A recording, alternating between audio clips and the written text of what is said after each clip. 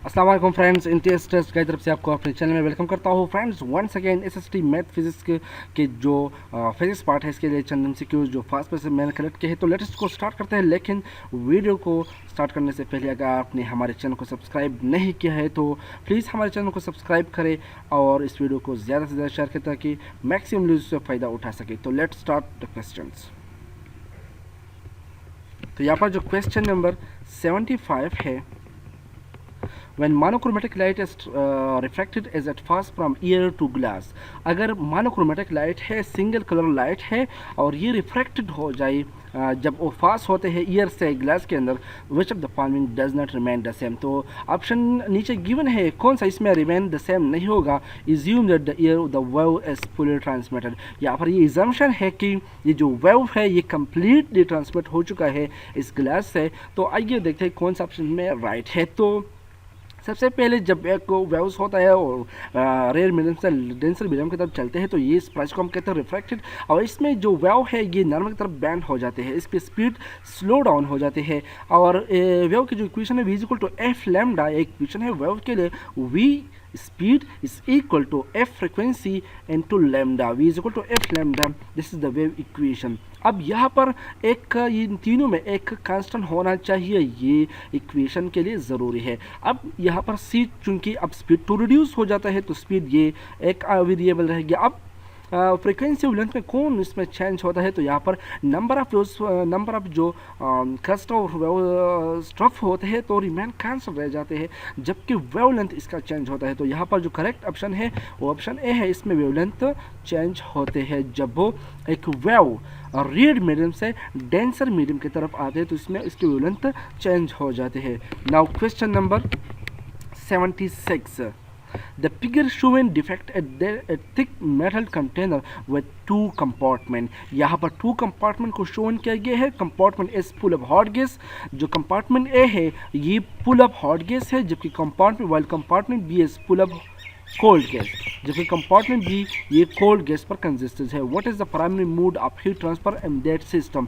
तो इसमें कौन सा सिस्टम इसके ये सिस्टम इवॉल्व हो जाएगा, इसमें हीट ट्रांसफर होगा। तो यहाँ पर ऑप्शन है रेडिएशन के थ्रू। अब रेडिएशन के थ्रू इस तरह होता है, रेडिएशन तब होता है जब लाइट के पाम में ये हीट फ्लो करता है तो रेडिएशन, तो चूँकि यहाँ पर तो लाइट फ्लो नहीं करता तो ऑप्शन इज नॉट करेक्ट। इस तरह कन्वेक्शन तब होता है जब एक सिस्टम में हीट तब इस तरह फ्लो करता है जिसका जो मालिक्यूल होता है इसका हीट ज़्यादा होने की वजह से इसका डेंसिटी रिड्यूस हो जाते हैं, एक्सपेंड होने से इसके डेंसिटी रिड्यूस होते हैं तो इसको हम कन्वेक्शन कहते हैं। अब तीसरा होता है कंडक्शन, तो ऑप्शन सी यहाँ पर करेक्ट, यहाँ पर कंडक्शन होता है primary. 77 which of the following statement is correct for a particle moving in a horizontal circle। अगर एक पार्टिकल है और ये हॉरिजॉन्टल सर्कल में मूवमेंट करता है तो इसके साथ विद कांस्टेंट एंगुलर वेलोसिटी, इसकी जो वेलोसिटी है एंगुलर वेलोसिटी ये कांस्टेंट रहेगा। तो नीचे दिए ऑप्शन में कौन सा ऑप्शन करेक्ट होगा। तो लेट सपोज सबसे पहले आप इस ग्राफ पर थोड़ा सा गौर कर दें। ये एक ऑब्जेक्ट है जिसको रेड से शो किया गया है, इसके लिए एक सर्कुलर पाथ ड्रा किया है, इसको ब्लैक से शो किया गया है। ये ऑब्जेक्ट मूवमेंट कर रहा है इस सर्कुलर पाथ में। अगर आप इसकी वेलोसिटी पर गौर करते हो तो वेलोसिटी वेक्टर क्वांटिटी है। अब इसमें डायरेक्शन जो है हर पॉइंट पर चेंज हो रहा है, तो इसका मतलब है इसकी वेलोसिटी में चेंज आकर हो रहा है।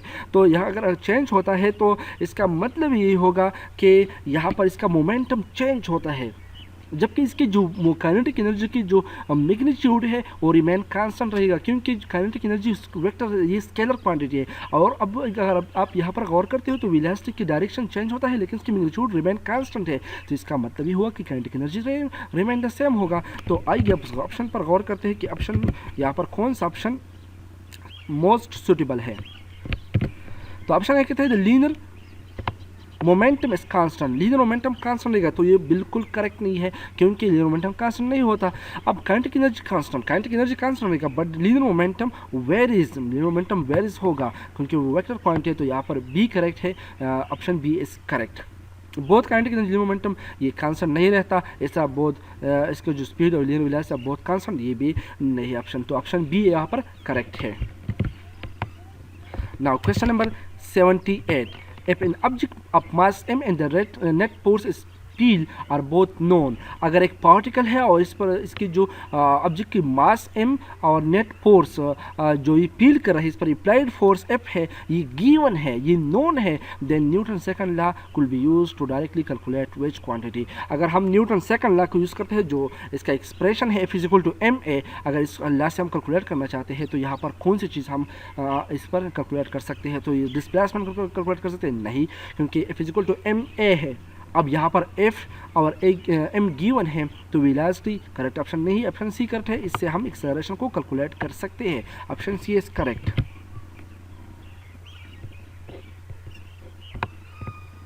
नाउ नेक्स्ट जो पार्ट है ये है 71 इस पेपर में, which pair include a scalar quantity and a vector quantity. इनमें कौन सा पेयर ऐसा है कि इसमें एक स्केलर क्वांटिटी है जबकि दूसरा वेक्टर क्वांटिटी है। तो ये ऑप्शन ए क्या है, काइनेटिक एनर्जी एंड मोमेंटम। अब काइनेटिक एनर्जी क्या है, ये स्केलर क्वांटिटी है और मोमेंटम वेक्टर क्वांटिटी है, तो option A correct. Now let's see the option as well. Velocity vector है लेकिन एक्सेलरेशन बी वेक्टर है, ये ऑप्शन करेक्ट नहीं है। वेट फोर्स दोनों वेक्टर है, मोमेंटम वेलोसिटी दोनों वेक्टर है, तो यहाँ पर ऑप्शन ए करेक्ट है।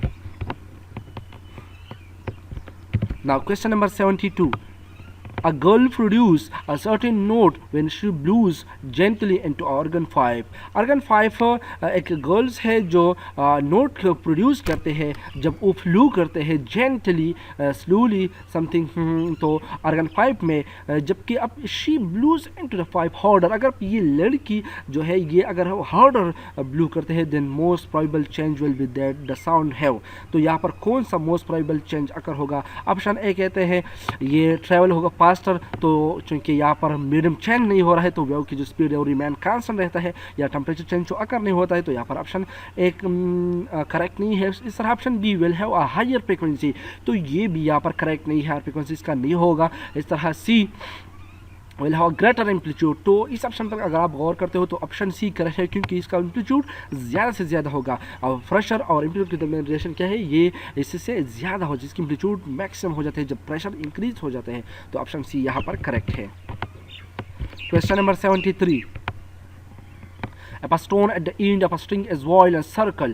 अगर एक स्टोन है और इसको रस्सी के साथ बांधा गया, इसको सर्कुलर पाथ में वाइल्ड किया गया है, तो the inward fold of the string and the stone. अब ये जो इनवर्ड फुल होगा द स्टोन का, और उस ऑप्शन कौन से ऑप्शन से साथ मैच हो रहा है, तो ये ऑप्शन ए कहते हैं इज नॉन सेंट्रीफ्यूगल फोर्स। अब सेंट्रीफ्यूगल फोर्स ये नहीं है क्योंकि ये फोर्स ये इस क्वेश्चन में कह रहे हैं ये फोर्स इनवर्ड है। अब जबकि सेंट्रीफ्यूगल फोर्स जो होता है ये आउटवर्ड होता है, ये सेंट्रीफ्यूगल फोर्स की अगेंस्ट होता है, या हम इसको कहते हैं outer to the circle. Now question number option B is inversely proportional to speed of the object. ये स्पीड ऑफ द ऑब्जेक्ट को इनवर्सली प्रोपोर्शनल है, तो ये भी करेक्ट नहीं है। इस ऑप्शन सी कहते हैं inversely proportional to the square of the speed. अब अगर स्क्वायर हो जाएगा तो ये भी करेक्ट नहीं है। प्रोपोर्शनल टू द स्पीड ये भी करेक्ट नहीं है। ये डायरेक्टली प्रोपोर्शनल होते हैं to the square of the speed. जैसे कि आपको मालूम है सेंट्रीफ्यूगल फोर्स के लिए जो इक्वेशन है Fc इक्वल टू mv²/r, अगर आप वेक्टर फॉर्म में लिखते हो तो -mv²/r